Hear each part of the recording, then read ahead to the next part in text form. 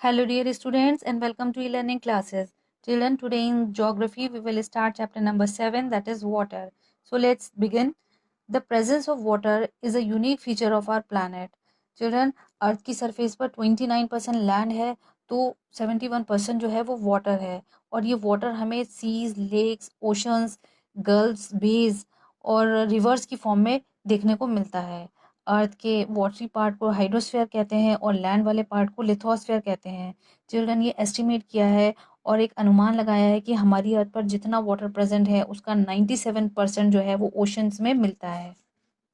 The total amount of water present on the earth is fixed and it is approximately same as it was during the ice age. Children, water के अंदर heat को absorb करने की capacity होती है, therefore the circulation of water helps in distribution of heat.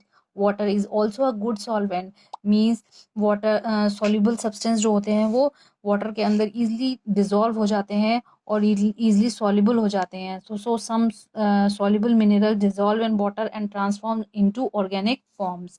Thus, water is essential for survival of plants, animals and human beings. Water cycle children, water का movement अर्थ के surface से atmosphere की तरफ और एटमॉस्फेयर से अर्थ के सरफेस की तरफ जो होता है वो कंटिन्यूअस चलता रहता है through the process of evaporation, condensation and precipitation.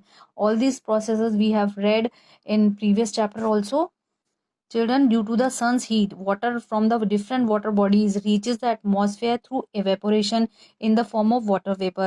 Then condensation occur in the atmosphere due to loss of heat, and through precipitation, water vapor changes into water and comes down in the form of rain.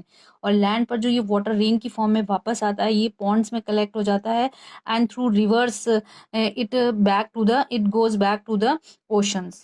This never-ending movement of water is called hydrological cycle or water cycle. Thus, the water cycle has no beginning or ending. Distribution of water bodies.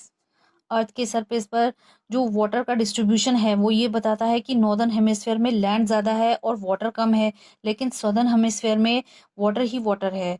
Children, oceans are very large water bodies. There are 4 major oceans: Pacific, Atlantic, Indian and Arctic ocean. And there is another large water body around Antarctica. It is called the Southern Ocean or Antarctic Ocean. The Pacific Ocean is the largest water body. Children, oceans का जो water होता है ना वो salty होता है and is unfit for our daily use. River, lakes, ponds, spring and glaciers, they are the source of fresh water. Temperature of ocean water.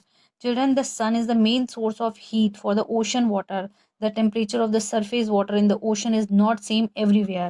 In general, we can say the equator region पे जो oceans आते हैं उनका पानी ज़्यादा गर्म होता है in comparison to water near the poles. Temperature also decreases with the depth of water bodies. Children, salinity of ocean water. Ocean का जो water होता है वो saline होता है due to the presence of dissolved salt. Most of it is sodium chloride or common salt. Children, ये estimate लगाया गया है कि 1000 ग्राम ऑफ ओशन वाटर में कम से कम 35 ग्राम डिजॉल्व सॉल्ट प्रेजेंट होता है. और चिल्ड्रन, ये सेलेनिटी भी होती है वो भी वेरी करती है ओशंस टू ओशन. जैसे एशिया में डेड सी है वो सबसे ज़्यादा सेलेनिटी है उसकी, और इक्वेटर पर जो है वो ओशंस आते हैं चिल्ड्रन, वहाँ पर रेनफॉल ज़्यादा होती है इसलिए सेलेनिटी भी कम हो जाती है. Circulation of water, circulation of ocean water. Oceans का वाटर हमेशा मोशन में रहता है और मूव करता रहता है, हॉरिजॉन्टली भी और वर्टिकली भी. इस तरह से ओशन का वाटर 3 अलग अलग तरह से मूव करता है: waves, tides and ocean currents. Children, horizontal movement के लिए विंड्स रिस्पॉन्सिबल होती हैं. They provide the main force for horizontal movement in the ocean water.